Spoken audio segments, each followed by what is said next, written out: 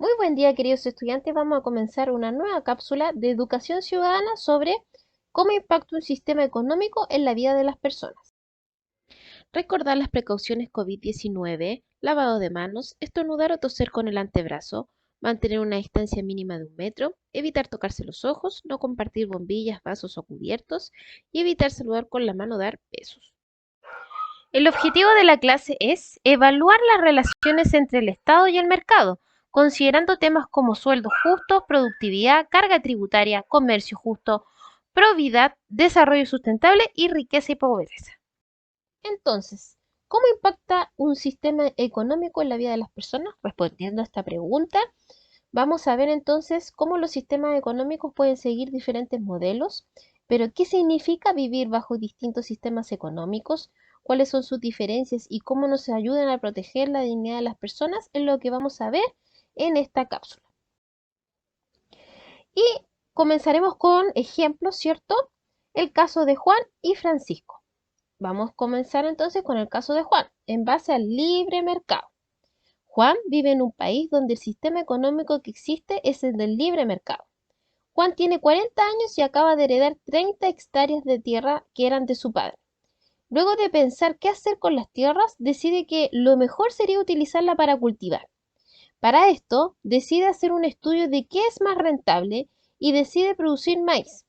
Para que la producción sea lo más eficiente posible, investiga cuál es el tipo de riesgo más eficaz y compra los mejores fertilizantes y nutrientes para su cultivo. Juan se da cuenta de que mientras más tiempo invierte en el cultivo de maíz, recibe mejores ingresos. Por lo tanto, decide dedicar todo su tiempo a mejorar la producción. Con estos ingresos puede ir a comprar otras verduras a sus vecinos y tiene la suerte de encontrar cosas de muy buena calidad a precios razonables. A medida que pasa el tiempo, Juan se da cuenta que el maíz ya no es tan rentable, por lo que decide parar la producción y comenzar a cultivar papas. Para esto, nuevamente invierte su tiempo y esfuerzo para encontrar los mejores fertilizantes y nutrientes para la plantación de papas.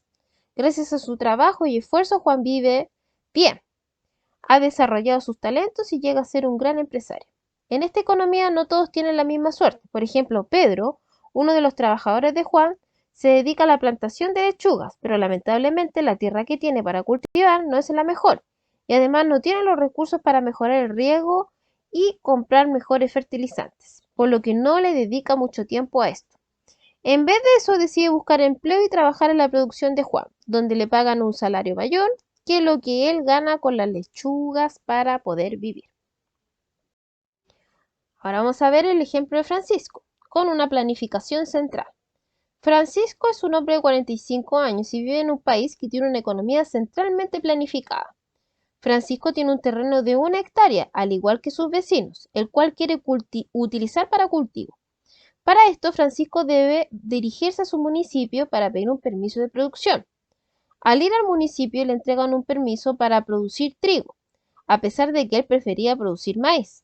Junto con esto le entregan un conjunto de materiales e indicaciones relacionadas con la forma de cultivo y tipo de riego, junto con varios pesticidas y vitaminas para la mejor producción. Una vez que se hace la cosecha, Francisco debe dirigirse al municipio y entregar esta para que sea repartida entre la comunidad. Así todos pueden obtener un poco de trigo. Además, a Francisco le llega un poco de las cosechas que tienen sus vecinos, como papas, tomates y lechuga. Pero a medida que va pasando la temporada de cosecha, se da cuenta que cada vez hay menos papas, debido a que su vecino no ha puesto el esfuerzo suficiente para mejorar la cosecha. Por este motivo, Francisco se desanima y prefiere descansar un poco más y de a poco va dejando la cosecha de lado. En general, ocurre que Francisco y sus vecinos siempre tienen que comer, no siempre están satisfechos con lo que les toca, pero al menos saben que todos están en la misma situación. La temporada que sigue decide que ya está cansado de cosechar y plantar trigo y se dirige nuevamente al municipio para ver si puede pedir otro permiso de producción.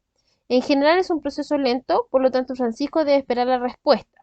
Así pasan los años y no existe un mayor cambio en la vida de Francisco y sus vecinos.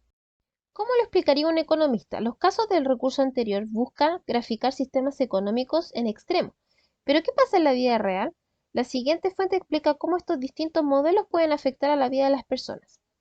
Una economía de mercado es aquella en que las personas y las empresas privadas toman las decisiones más importantes acerca de producción y consumo. Un sistema de precios de mercado de pérdida y ganancia, de incentivos y recompensas determina el qué, el cómo y el para quién.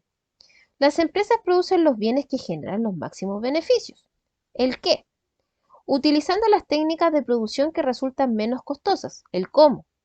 El consumo se determina por las decisiones de los individuos sobre cómo gastar su salario y sus ingresos de la propiedad generados por su trabajo y sus propiedades. ¿Para qué? El caso extremo de una economía de mercado en que el Estado no interviene en las decisiones económicas recibe el nombre de la economía laissez-faire.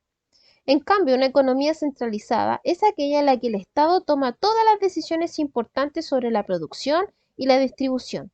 En una economía de este tipo como la que existió en la Unión Soviética durante la mayor parte del siglo XX, el Estado posee la mayoría de los bienes de producción, tierra y capital.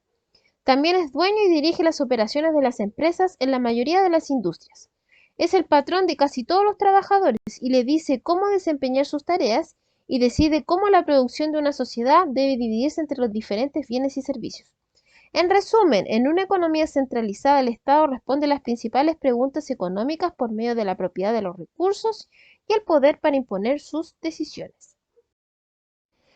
Bueno, espero que hayan entendido esta cápsula comprendiendo, ¿cierto?, los modelos económicos más extremos que han transcurrido también a lo que es nuestra historia.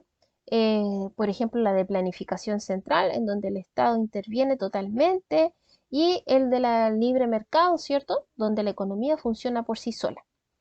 Las páginas que se utilizaron en el texto del estudiante fueron la 106 y la 107. Y recuerda realizar el formulario junto en la clase y luego marca como completa la tarea. Esperando que estén muy bien, nos estamos escuchando en una nueva cápsula.